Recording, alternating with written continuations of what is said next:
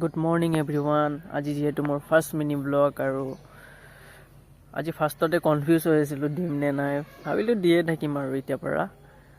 ঠিক আছে, তো চাই থাকক আজি মোৰ ডেইলি ৰুটিনটো, মই কি কৰোঁ কি নকৰোঁ, লাষ্টলৈকে চাব দেই।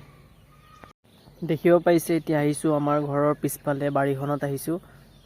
এয়াই আমাৰ ঘৰৰ পিছফালে গছ গছনিবোৰ দেখাইছোঁ।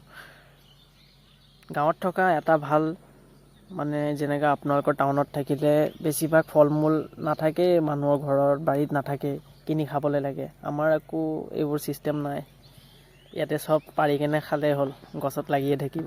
দেখিছে নহয়। বাৰু এতিয়া চাহ অকণ খাই লওঁ ন, চাহ অকণ খাই লওঁ আৰু ন।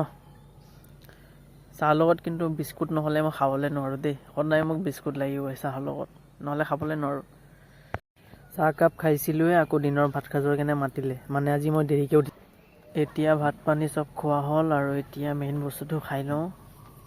মেইন বস্তুটো মানে এইটো চিখৰকণ খাই লওঁ, মানে মোৰ চিখৰটো লাগেই আৰু কিবা এটা খোৱাৰ পাছত চিখৰটো খাবই লাগিব আৰু।